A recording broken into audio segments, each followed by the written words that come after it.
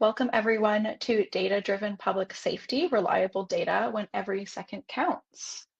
Today I am joined by our four presenters, Tom, Nampreet, Chris, and Dean, and I'll pass things over to Tom to introduce himself.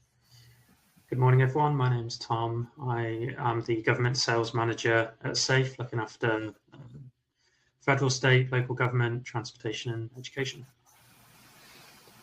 My name is Nampreet Singh. I'm one of the team leads on the technical support team, and my team focuses in on supporting the FME form product. And I've been at SAFE coming in on 7 years now. And my name's Chris. I lead our customer solutions team, and our team's objective is to help organizations really get the most out of the FME platform. So we help people get new ideas on how to implement new processes and make sure they're up and running with their current deployments. Yeah, and I'm Dean Hintz. I'm the team lead with the strategic solutions team and also product manager for open standards solutions. We do things like advanced proof of concepts and pilots. Under the open standards banner, I look after things like OGC standards, as well as today we'll be talking about a NENA standard such as NextGen 911. Fantastic. Thanks, everyone. So before we dive into today's webinar, if you are newer to our platform live streams, a few quick tips here. If you have any audio issues during the webinar, click that help button on the bottom left for 4 simple steps to take. Share your emoji reactions with us during the webinar with that react button on the bottom middle. And then keep letting us know where you are joining us from today in the chat. And of course, if you do have any questions whatsoever during the webinar, please don't hesitate to drop those in the questions tab. And our peak of data and AI coming this May 6th to 8th to Seattle, Washington. We hope to see you all there. Lots of groundbreaking updates and launches to be discussed. All right, at this point, I will prompt our presenters to turn off their webcams just so we can save on some bandwidth for the remainder here. And I'll pass things over to Tom for our agenda. Thanks, Elizabeth. Good morning, everyone, and welcome to SAFE's first ever public safety webinar. Public safety has been steadily growing as a vertical at SAFE in the past few years, with highly repeatable and important use cases emerging across the first responder and disaster management landscape.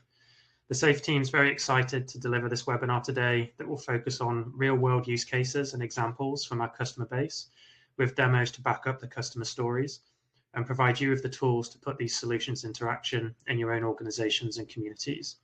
We'll be covering 4 demos today and taking a look at the FME public safety subscription as well. Firstly, we're going to learn how the City of Fremont meets traffic stop data standards and reporting for the California Department of Justice. We're going to discover how you can anonymize your crime data to protect citizen privacy while enabling transparent and trustworthy sharing of crime statistics data. We'll also see how FME supports disaster risk management by automating the delivery of extreme heat alerts for proactive emergency response. And lastly, we'll explore how Santa Clara County and Shelby County are leading the charge in the transition to NextGen 911 with digital emergency response systems for faster, more accurate dispatching. So in terms of an introduction, the benefits of today's webinar and what you'll leave with, real-world examples and demos that will help you speed up your 911 dispatch, improve the location accuracy of emergency calls and known addresses, know how to share data publicly through open data portals while protecting privacy, and ultimately respond faster when every second counts. We'll arm you with ready-to-use workflows to improve your public safety operations, provide a clear understanding of how the FME public safety subscription can help you scale your FME deployments to meet all of your data needs at an affordable price point for the entire enterprise. And lastly, we'll dig into some resources to help you get the most out of your FME work. So in terms of some common challenges that public safety organizations face in their day-to-day work, one of the largest ones is siloed data. Public safety organizations have a range of disparate business systems as well as separated departments. And it's rare that you would have a single vendor to provide all of those solutions across the enterprise. Moving data into different formats and between different business systems can be cumbersome and slow, and it can require custom coding in things like Python and R. This obviously leads to manually repetitive processes to maintain these scripts, and there's limited staffing resources to be able to work on this as well. Another important factor for public safety organizations is the privacy and accuracy of your data. You may have legislation to share data publicly on certain crime statistics, and that data will obviously need to be scrubbed of names, addresses, and exact locations to protect citizen privacy. But some of that core information may also be needed behind the scenes for your own internal data portals. And lastly, with Next Gen 911 on the horizon for everybody this year with deadlines in 2025, that's obviously a huge technological upgrade, and that can be very complex without an enterprise level data application integration tool like FME. So FME can help solve these data challenges, seamlessly integrating data between disparate business systems and departments, and replacing these manually repetitive processes with automated workflows. FME provides accurate, secure, and fast access to data when time is of the essence, freeing up your staff to focus on protecting your communities. In an emergency, every second counts. FME streamlines your operations and reduces your emergency response times, enabling your communities to be better protected and your citizens to live safer lives. Taking a brief look here at the FME platform and our product offering, we have two core technologies. The first is FME Form. This is the product that all customers need to start with. This is the authoring environment. As you can see, it's a visual GUI with a drag and drop canvas, and you pull readers, writers, and transformers into the canvas to create your data integration workflows. From there, you can publish these workflows to FME Flow, which is our automation tool. You can do things like time schedules. You can have intelligent trigger automations. You can pull data in real time with webhook flows and stream data as well with our engines. And we also have FME Flow hosted, which is FME Flow, but we host that for you in AWS, so you don't have any of the on-prem setup. FME really offers unrivaled data support across the enterprise. We're the only all data, any AI enterprise platform. We started off with GIS data, and we were global experts in spatial data integration, and it's really grown from there. We can connect to over 500 data formats and business systems today, going all the way to very modern technologies like augmented reality, virtual reality, AI. If there isn't a business system that we have a dedicated reader, writer, or connector to, as long as there's a publicly available REST API, we can connect to that system. We're always interested in talking to our customer base and learning what systems you're using. And for very popular systems, we do offer solutions where we can build connectors for you, as long as we have access to that REST API. So moving into the first of our use cases here, looking at police traffic stop data. This first use case focuses on the state of California, where there's a RIPA law. This is a law that's designed to protect citizens from racial profiling when they're pulled over during traffic stops. This law requires all municipalities and public safety organizations to collect data on police traffic stops and submit this to the California Department of Justice. Some examples of the data that's collected would be things like the number of occupants in the vehicle, the age, sex, ethnicity of those occupants, and their level of English language fluency. Other things that might be collected would be whether there were any weapons or drugs recovered during that stop. And as you can imagine, collecting this data manually in the field is prone to errors and taking data down incorrectly from the officers in the field. So this data has to undergo a QA and QC process and then conversion into the data format and schema that the DOJ is looking for before they can release this publicly. And this law is also under consideration in other states as well, such as Arizona and Colorado. The City of Fremont were the first municipality in the state of California to utilize FME for this use case, and they piloted a proof of concept workflow with help from SAFE's technical support teams. The city were required to start submitting data to the DOJ in 2022. The data, once submitted to the DOJ, is analyzed, and once accepted, is released publicly. Fremont's IT and GIS division implemented a Survey 123 app for officers in the field to collect this traffic stop data in a more standardized way. However, Fremont soon encountered the challenge of manual error from data collected in the field, causing rejections from the DOJ and increasing manually repetitive efforts required to correct this data. To remedy this, Fremont implemented FME QA workflows that perform 12 types of error checks daily, including incorrect date or incorrect date format, missing person data, and invalid location descriptions, to name a few. The results are summarized in an error report along with a submission confirmation email. This automation transformed 3 hours of daily manual work into a 30-minute automation. Now yearly, FME has helped Fremont save over 780 hours on just the police traffic stop use case alone. And with that, I'll hand it over to Nampreet. All right, thanks, Tom. I'm going to walk through a proof of concept we developed with multiple jurisdictions, including Fremont. Our goal for this proof of concept was to automate the DOJ submission process for traffic stop data collected by their police departments. The biggest challenge was dynamically generating the required output schema based on each submission's incoming data.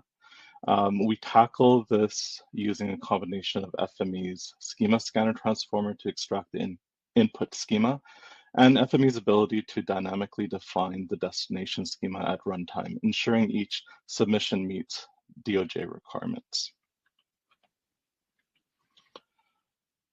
In this demo, I'll be working with 2 tables from ArcGIS Online.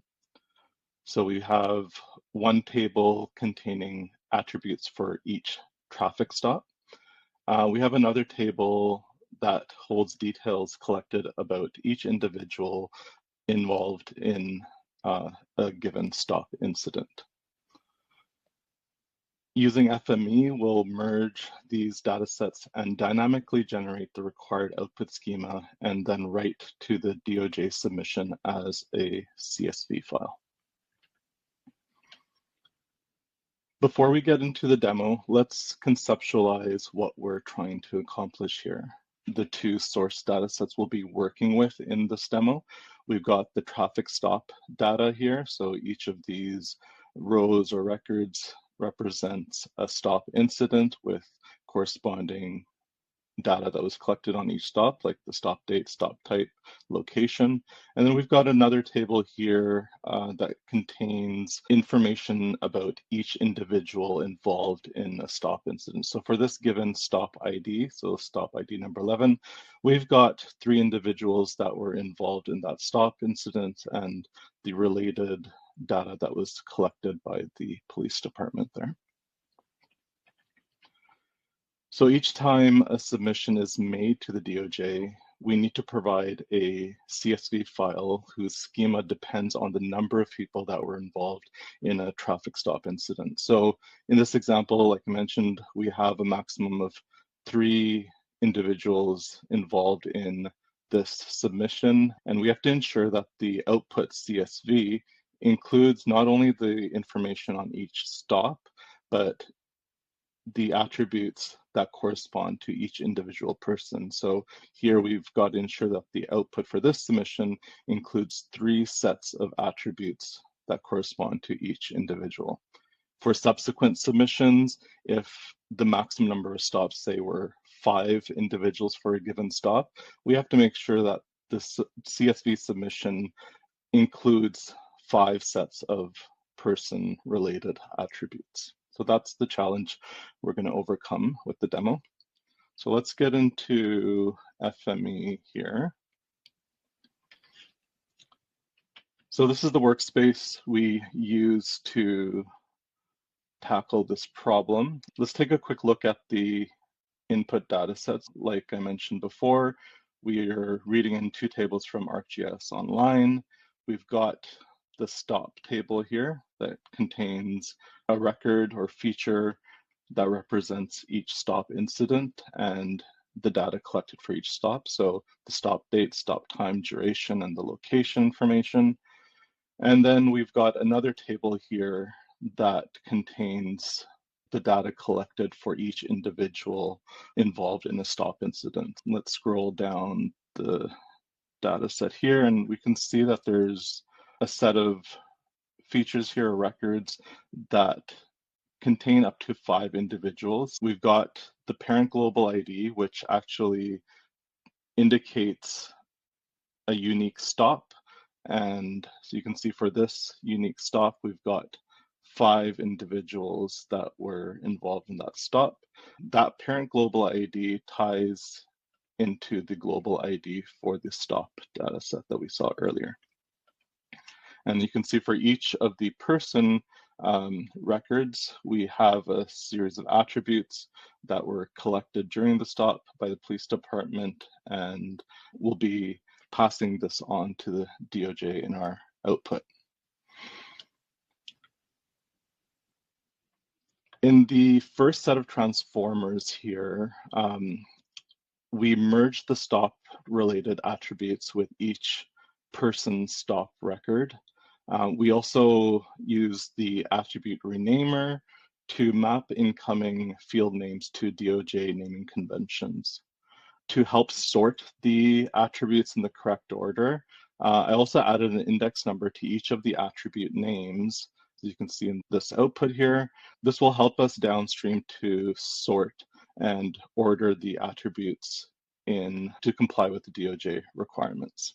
The aggregator here allows us to combine the records, creating one record per stop while sorting all the individuals' records in a list attribute. So if I take a look at the output here, we went from 16 records or features represent each individual, and we use the aggregator to flip that around and group by the stop. And now we've got 6 features output here. Each of these rows or features represents a stop incident. And for each stop incident, if I look at the feature information window, we now have created a list attribute, which helps us contain or hold the attributes that pertain to each individual in the stop. So this allows us to basically have that one-to-many relationship for each stop.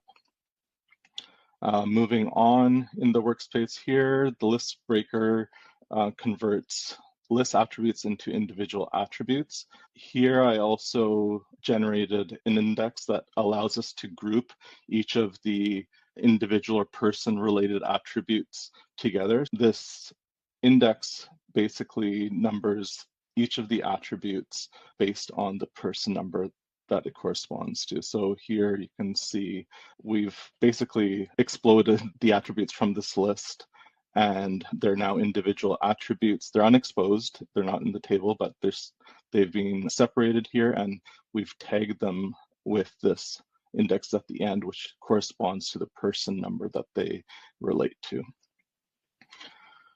Moving on to the schema scanner. This is what I believe is the most important part of this workspace. This allows us to extract the schema from the incoming features and allows us to organize and manipulate the schema downstream so that we can meet the DOJ's requirements. So what you can see here with the data coming into the schema scanner, we've got 2 output ports. The schema output port contains the data structure or the schema of the incoming data. So you can see here, we've got the list of attributes for this data set. We can then organize the final schema to ensure attributes are structured correctly. So if we move further down the process here, we've basically retained only the attributes that we needed, cleaned up the naming, and sorted the attributes in the order in which the DOJ requires. So if I take a look at this attribute keeper, we've removed all those indices or indexes that we created, and now the attributes are sorted in the order that we need. So we've got all the stop related attributes first, followed by the attributes pertaining to the first individual in each stop, the second individual, and so on. Lastly, in this step of the process, we place the schema structure in a list feature called attributes. So if we're inspecting this list builder, and you can see here, we've generated this list attribute, which is one feature that contains the entire schema that we want to use. So this will act as our schema feature that will be used in our writer to set the destination schema. So moving on here, with the feature merger, we can attach the schema feature to the data set that we were working with at the beginning of the workflow. And we can see here for each of these feature records or features, we've got the corresponding feature or schema feature that will define what the output schema will be. So lastly, moving on to the writer feature type here, you can see that we've set the output schema to dynamically use that schema feature that we created in that yellow bookmark area. And that will, again, define the structure of our output CSV. So let's take a look at our output, just inspect that. So here you can see we've got our stop related attributes here. So the duration of the stop, the time of stop, and each of these represents a stop incident. So with each stop incident, now we have a set of attributes pertaining to each individual for each stop. So for person one, we've got a set of attributes up to the maximum in this data set was 5 individuals for a stop. So the stop had up to 5 individuals, and we've got the corresponding number of attributes to allow for that. Lastly, just to show you what the output looks like, we output to a CSV, and we'll quickly open that up. And this is basically what the output looks like and what will be submitted to the DOJ. So you just saw how we leveraged FME's power and flexibility with the schema scanner for schema extraction, handling list attributes to help organize the schema, and dynamic writing to adapt the output schema based on incoming data. This approach eliminates manual effort for repeatable tasks and removes the need to maintain complex Python scripts, allowing you to build a no-code solution using FME's drag and drop interface. Now I'll pass it on to Chris. Thank you, Nampreet. Now we're going to take a look at anonymizing crime data for secure sharing and analysis. Of course, every organization is going to have different requirements for handling sensitive data, but a couple of the common use cases here are removing sensitive details such as location, address, crime type, and the list goes on from here. There's a simplified example in that screenshot just on the right-hand side where this is showing exact locations and addresses, and these are the exact details that we need to make a bit more anonymous so that we can share them with our internal stakeholders, as well as with the general public for open data portals for our citizens. Of course, depending on whether the data is bound for an internal or external data portal, there may be different requirements for retaining some of that sensitive information to perform analysis on it. So we'll take a look at how you can leverage an FME workflow to write to 2 destinations in order to have 2 separate schemas and different values. Part of this process is going to be automated with FME Flow. We're going to show an FME Flow automation, but of course, this could be accomplished using FME Form if you just need to run one-off workspaces as well, or it could be configured as an FME Flow workspace app depending on your requirements. Regardless, this will ensure for up-to-date crime data and making it available again to internal stakeholders or available to citizens using your open data portal. The last thing to note here before we actually start diving into a little bit more of a demo is that FME has the ability to write to hundreds of formats, as Tom mentioned, and that does include any platforms such as ArcGIS Hub, CCAN, Socrata, and many more. So depending on whether you're writing directly to the ArcGIS Online feature service, or if you're creating files that are going to be uploaded to an open data portal, you can do that either with our built-in connectors or using any API-driven workflows. So now we'll take a look at an actual demo of this in action here. The keys that you're going to see here are, we're going to be building a crime database, or a data set rather, that is suitable for both internal analysis and external sharing. We're going to write to 2 different open data portals, the first being ArcGIS Hub. Of course, we'd be writing to an ArcGIS Online feature service, as well as to Socrata.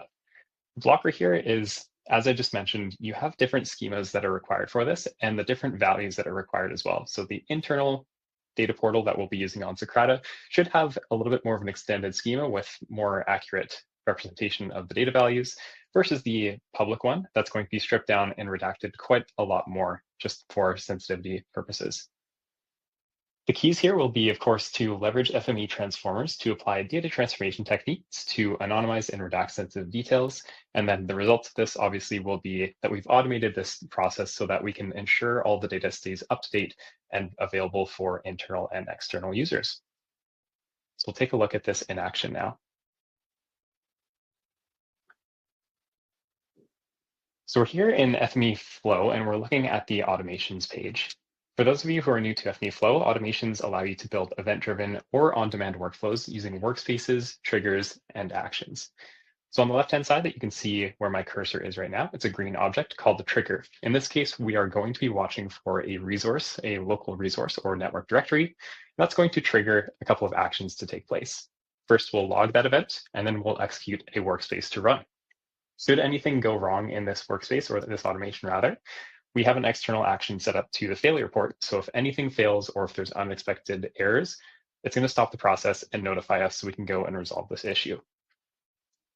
I'm going to drag a file into the resources folder here, just so you can see the process run in real time. So just dragged in the crime incident dataset, and this is going to log that information. And then we're going to kick off that workspace, which we'll dive into in just a second here. One of the most important things to note about this workspace is all of this crime data is completely randomized and generated by us. So this is using property address information. None of this data is real or has happened. The key things to this workspace, and of course this works with actual crime data, this is just for simulation purposes, is to anonymize both attributes as well as geometry. For the attribute anonymization, we're leveraging regex expressions in the string searcher as well as in the attribute manager to perform these redactions effectively. We're also stripping out the exact address information just by using, again, regex here to replace characters by replacing the exact address with 100, 1000, or 10 block effectively. So that will handle most of the attribute anonymization. We're also able to do this with any geometry if there is a point associated with it. Here we're going to be reading in a second data set. So this would be a street network in which we can join and snap the crime incidents to the street network so that we can replace it with the mid-block point effectively. So we're going to snap those and replace the line segments with the center points. And that allows us to remove that exact location into a more anonymous location. The last thing that we're doing here is writing out to two different destinations. The first being a ArcGIS Online Hub output. So this would be writing to the ArcGIS Online feature service as well as to Socrata. As you can see here, I have the schemas exposed. So you can see on the Socrata example on the right-hand side, there's a much longer list of attributes available. So this allows our internal analysts to perform all the processes downstream that are required. And for our external users, we've redacted it a little bit heavier and removed additional values and removed attributes entirely. So at this point, the automation has completed. We're just going into the jobs page so we can see that the process started at 10:46 and completed at 10:47. We'll switch into the ArcGIS Online feature service backend so we can give that page a refresh, see that the data was in fact updated at 10:47. And we can also, of course, view this on a map. As I mentioned, we are updating and anonymizing where the points actually are. So you can see that they have been snapped to the midpoint on these road network features. So some of these segments are slightly broken up, but that's essentially where they would be snapped to. And on the Socrata side, if we refresh this page, this is in UTC time, but we can see the hour ends in 46. So that's exactly when that automation did complete. Awesome. And so what we just learned here is that you can automate data distribution with FME. And this can be accomplished with either automations, workspace apps, or if you need to run these on one-off instances or an offline machine, you can, of course, use FME form. The keys here were to leverage automations and trigger these based on a file arriving or a schedule essentially kicking off the automation. But this could be leveraged for any other triggers that are supported with FME. We can send you the documentation in the chat here in just a bit. Along with the automated data distribution, there are a couple of benefits. Obviously, we have redacted the sensitive data to ensure that all the data complies with any requirements from the government's perspective. But also this allows us to share the data anywhere using any open data portal. So again, internal and external users are always kept up to date with the latest crime data, and this has been kept private and redacted any sensitive information that could otherwise cause conflicts. At this point, I'll hand things over to Dean to talk about extreme heat alerts. Great. Yeah, thanks, Chris. So yeah, we'll shift gears here to emergency and disaster management. Then in a minute, we'll hear also from Tom about next gen. We've been participating with the OGC, Open Geospatial Consortium, for a number of years now on a few of their climate and disaster pilots. And so this really gives us a chance to work with practitioners who are in this field and working on this every day, work with real world data sets and challenges, and get feedback about both how FME performs and how we can work with their data. In particular, for this latest pilot, we focused on extreme heat events. So the challenge here is that things like floods and fire can do a lot of damage. In terms of actual human life lost, the deadliest natural hazard, I was actually surprised to learn this, that's heat and extreme heat events. So not as dramatic in terms of what you can see on a TV screen in the newscast, but it's a really big impact. And of course, the majority of the population lives in the cities. So where we see some of the most extreme heat is in areas of artificial landscapes. So this is called the urban heat island effect, where artificial surfaces absorb a lot of heat and cool slowly. So we decided to model this in terms of generating localized heat alerts that take this into account. The team that we worked with, we surveyed the existing data and models out there for urban heat effect. We prioritized what were some of the most important factors and how could we increase the resolution for modeling urban heat and ultimately generating warnings for that. So just a quick perspective on how this sort of adds up. This is, again, fit from a US perspective because we focused on New York City for this particular pilot. So you can have a forecast from the National Weather Service for 100 degrees, and that might be hot, but it might not be, maybe you can tolerate that. It's not that dangerous. But then if you add the urban heat effect, might be another 8 or 10 degrees. And then on top of that, humidity and maybe lack of ventilation, and you're well into sort of the danger zone over 130 in terms of the felt temperature. So it's just a quick snapshot of the workflow of how we basically took different surface types, mapped those to albedo, and then rasterized that so we could do some grid math on that. So this is the mapping from different surface types like asphalt, which is basically low reflectivity, absorbs a lot of heat, versus things like vegetation, which reflects a lot more and stays cool. So once we converted that to a grid, we could then invert that, figure out proportionally how much heat's being absorbed, multiply that by a cooling grid, and ultimately get a normalized temperature delta grid. And this is based on some of the studies that we surveyed.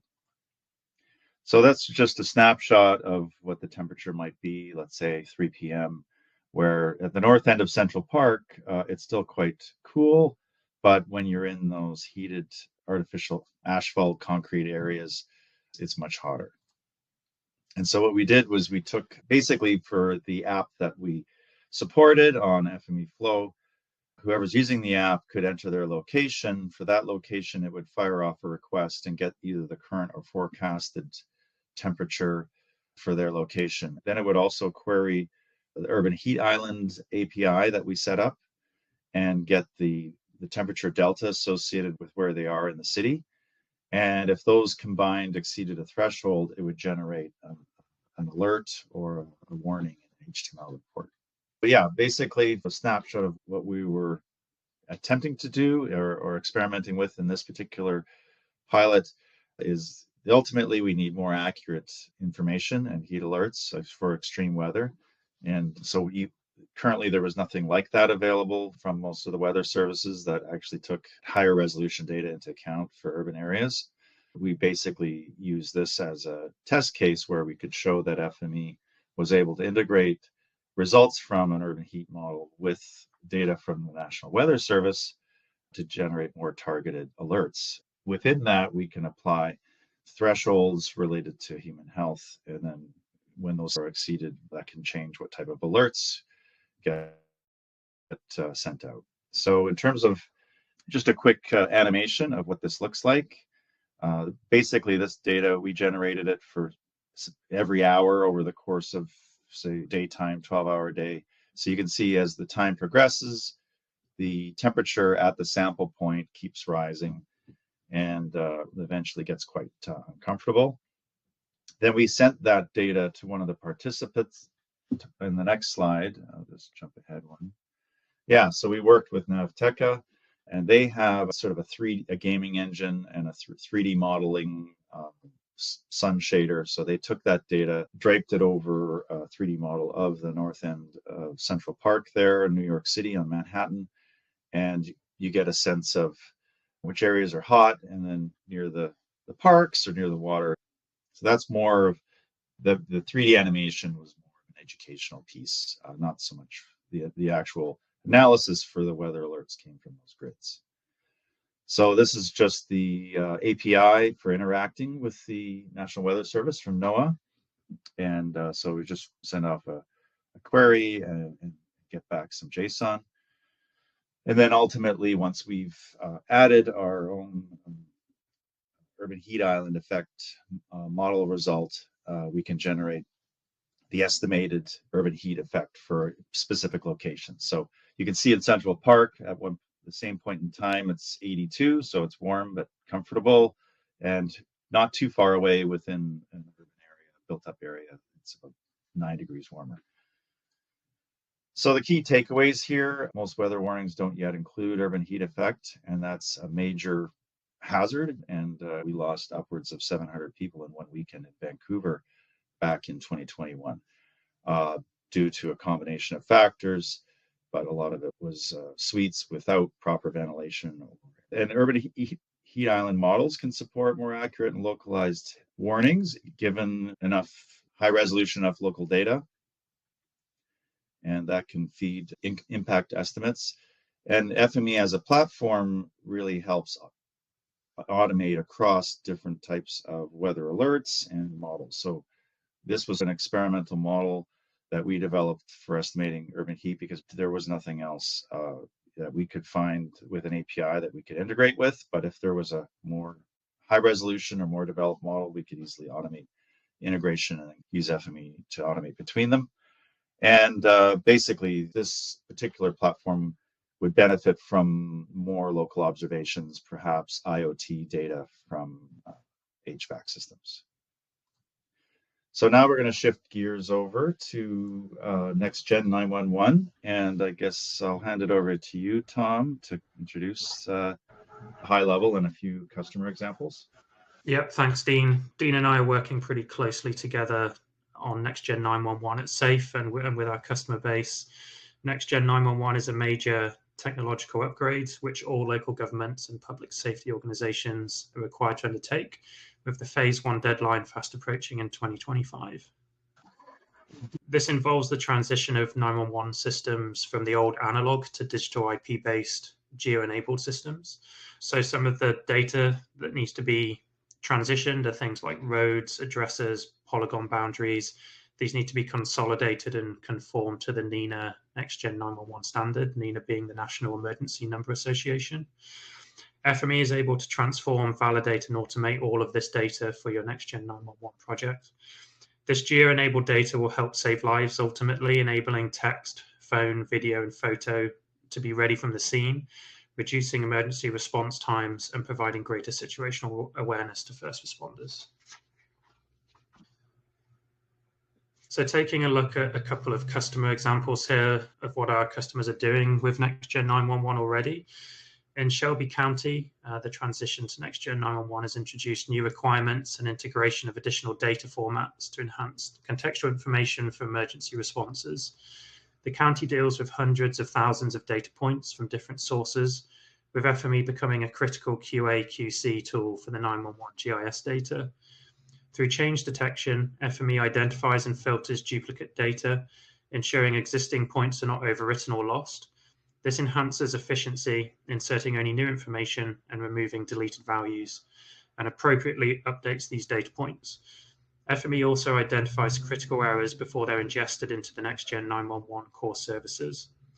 Automating these processes has reduced emergency response times with enhanced location accuracy and greater situational awareness for teams on the ground.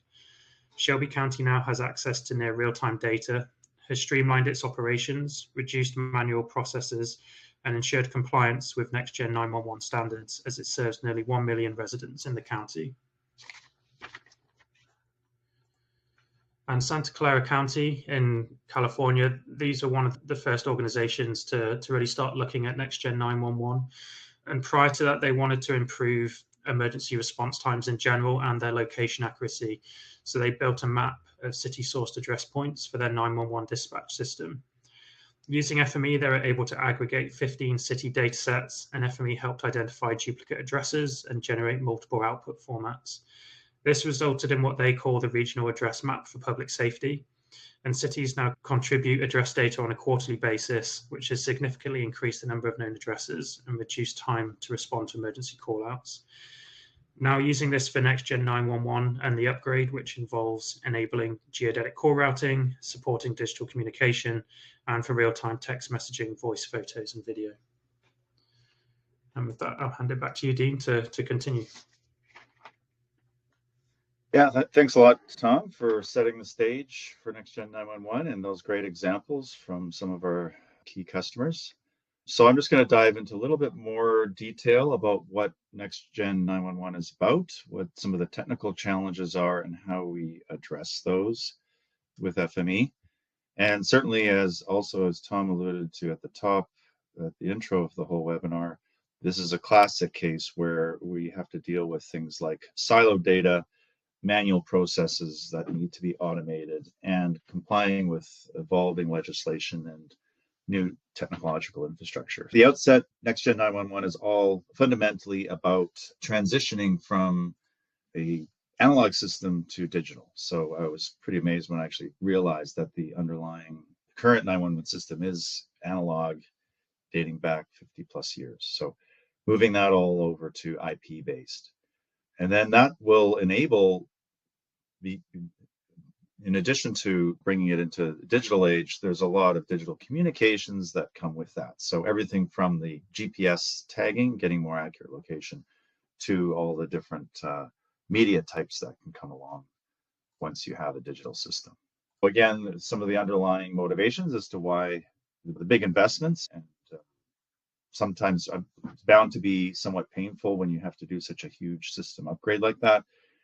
But really, ultimately, we want safer, faster, more informed emergency response, better situational awareness, improved accuracy, and really leveraging an environment for mobile devices, because the original system was designed around landlines. Now we have all sorts of mobile devices, not just our cell phones, but also cars and other vehicles can auto-generate emergency messaging when an incident happens. In Canada, the timeline's currently slated for sometime in March, but that is likely to get pushed back based on a conference I was at a couple weeks ago. But soon, very soon, that's the communication system is supposed to be online, and some jurisdictions already are functioning with the new system. And then the geodetic call routing, which incorporates all of the GIS data. And in the US, it varies a lot by state. So what are some of the challenges? And Tom already alluded to some of these: aggressive regulatory timelines, fairly rigorous standards requirements from NENA, fundamental change in terms of the actual backbone system, very comprehensive in the sense that every region in US and Canada needs to address this. And it builds on existing infrastructure, but it vastly improves the capability. So a lot of geospatial data requirements, improved accuracy, and the bottom one, I don't want to skip over too quickly. Those continuous updates really mean automation. You have to automate because nobody's got the bandwidth. Just a nod to some of the standards agencies involved. We've got NENA, National Emergency Number Association, and then CRTC is the Canadian body, the regulatory body for implementing that here. And then the standards themselves, CLDFX, XML, I3 is more around the communication standards, and then the NIDA GIS data model currently implemented in geodatabase. So this is a snapshot of that data model, importing the schema from the geodatabase, everything from address points, street center lines, service boundaries, and then some context stuff like water bodies. So this is just a snapshot of a data loader, and I'll flip over to my demo shortly. Just a couple words about validation. So the validation requirements are 98% synchronization. So we need to have agreement topologically and in terms of orientation and everything, street segments. So the roads and addresses have to be aligned. Discrepancies, you can't have things like duplicate addresses that could end up routing an ambulance to the wrong location. And yeah, not having any gaps or overlaps, lots of things, address ranges matching road segments, things like that. Dave Campanis, he's kickstarted this validator. So that's largely automated. And then on top of that, I added some geometry checks. So there's a bit of the Python actually runs through and automates the schema check. And then I'm using a bunch of FME transformers there to check, for example, provisioning boundaries. Do points fall within that? Is it valid geometry? And yeah, that sort of thing. Let's just look at the demo quick. I'm going to switch over to share my screen briefly. This is the loader. You can see it processed about 250,000 points from Winnipeg and loaded that from a GeoJSON file over into site structure address point database. In terms of what that looks like, this is the source data. You can see the schema coming in from this is from a Winnipeg City's geoportal. And then this is the site structure address point in the NINA standard with all of the NINA required fields, including things like the ID right here, NG ID. So that's just a simple loader. There's obviously a lot more that you can do in a loader, and there's probably multiple data sources that have to be merged together, but we just wanted like a simple example to start with. And then in terms of the validator, the first box here is just introducing a bunch of errors. So we're reading site structure address point, and then we want to check that against all the business rules. And part of that, in order to make this interesting, we introduce a bunch of errors. What we've done is remove some fields, modified some data values, and done things like remove geometry or offset the geometry. This is the custom transformer that executes the schema and attribute rule checks. And then I've got a geometry validator, filter, and spatial filter to check the geometry. So I can go ahead and run this, and goes through. I'm just doing the first number of records. So what we get out of this is you can see the provisioning boundary for Winnipeg here. And I'll just turn that off so I can drill in. Here we have a few points that are outside the boundary, and we can actually inspect the data points in a GIS or in Data Inspector and review what the errors are. And then if I go in a bit closer here, I can see that there's this particular record has a missing NGUID, and then I can just look at one or two more errors. This has got an invalid date field, and this one, the latitude, is not numeric. Yeah, just some examples of errors there. And then I can open up the HTML report, and it's all indexed by the global NINA ID. So you can see these records have invalid geometry, these ones have bad date fields, and then incorrect elevation values. And this record is outside the provisioning boundary. But yeah, that's pretty much it for the validation. And these spaces will be available as part of the download package. Just a nod here to the ICI Society. So there's a number of groups across Canada that we are actively working with, and ICI Society is one of the lead agencies in BC working to support NextGen 911, and we're working closely with them to build some tools, especially around validation. The whole idea there is to validate early and validate often. I'll say that Esri has a validator that works with their public safety GeoExchange. Our goal is not to necessarily, we don't need to replace that, but we can introduce a pre-validator, which kind of cleans up some of the data before it gets fed to their tool. So just to wrap Next Gen 911 is really all about the transition of emergency call capabilities from analog to digital. There's a lot of challenges around the regulatory timelines and geospatial standards compliance with NENA. FME has a lot of tools to support this process, whether it's data transformation and validation or ultimately just automation so that the updates can keep coming. And yeah, so we're actively participating in both the NENA and CRTC working groups.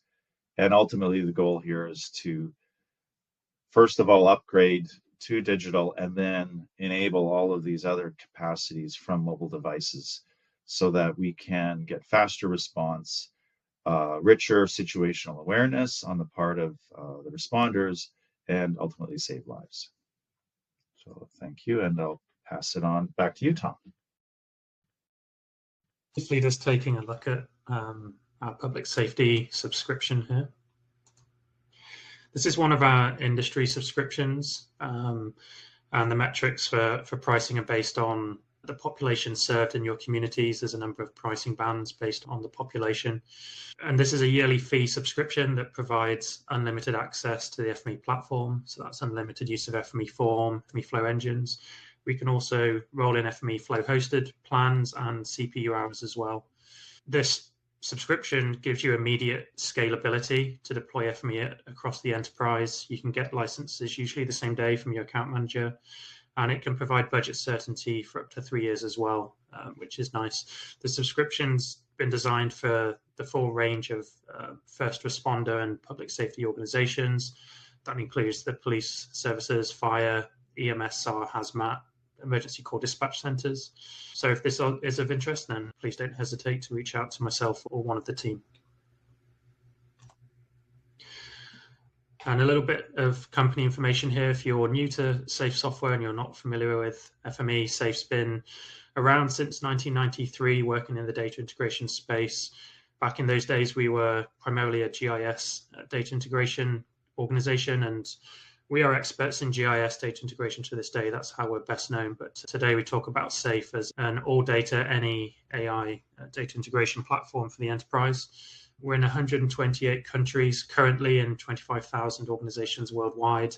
And we do have a very strong global partner network as well that can deliver all of the in-person training and professional services that we as a software developer don't provide.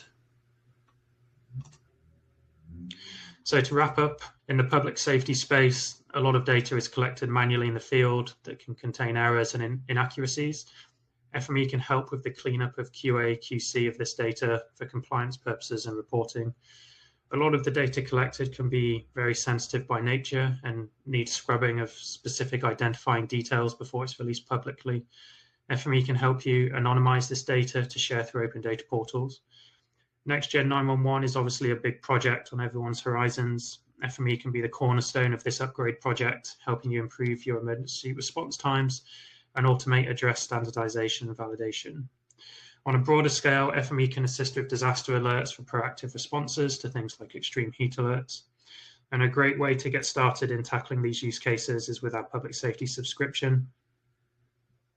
Through the subscription, you can unlock the unlimited potential of FME for your public safety organizations. And lastly, with the phase 1 deadline approaching for Next Gen 911, if you require any assistance, please reach out to either myself or Dean. We're happy to help. And back to Elizabeth.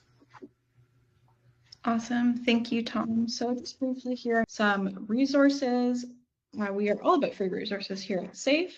Check out our academy for free instructor-led training. And we also have lots of great upcoming webinars available, as well as on demand. Next steps to take today.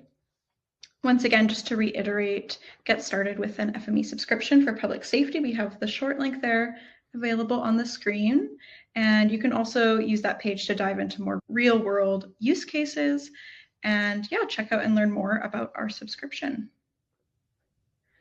Our FME Accelerator course is 90 minutes free of charge. I'd highly encourage you to give it a look if you're just getting started with FME. It's a great place to get started. Claim your community badge. We do have this badge code on the screen, and I'll also drop it into the chat for easy copy and pasting. If you're a member of our community, as a thank you for joining us here today. And if you aren't a member of the community, we encourage you to take a look. It's a great place to network with other users and experts alike. The Peak of Data and AI coming to Seattle, Washington, May 6th to 8th once again. And with that, I'll invite our presenters on stage where we can wrap up the webinar together here. So I just want to extend a huge thank you to our entire audience for joining in today. We really appreciate your time, and as well a large thank you to our team of presenters for all your time in preparing today's content. If you do have a moment to fill out our webinar survey, we also really appreciate any feedback. I will note that if you do have any questions that come up, please do feel free to get those into the questions tab. We will keep an eye on the back end for a few more minutes here. Feel free to drop them in and we'll either get to them in the next couple of minutes or we'll be sure to email a follow-up to you as well. Yeah, I just wanted to add, really appreciate everyone's time for both the presenters and all of you attending. And please don't be shy if you do have challenges, let's say with things like NextGen 911 or other issues with your public safety systems. Don't be shy, let us know, reach out to your account manager or to support or contact myself, Tom, directly, and we'd be happy to help you. So we're always welcome your feedback. Awesome, thanks Dean, and thanks everyone, bye for now. Bye-bye.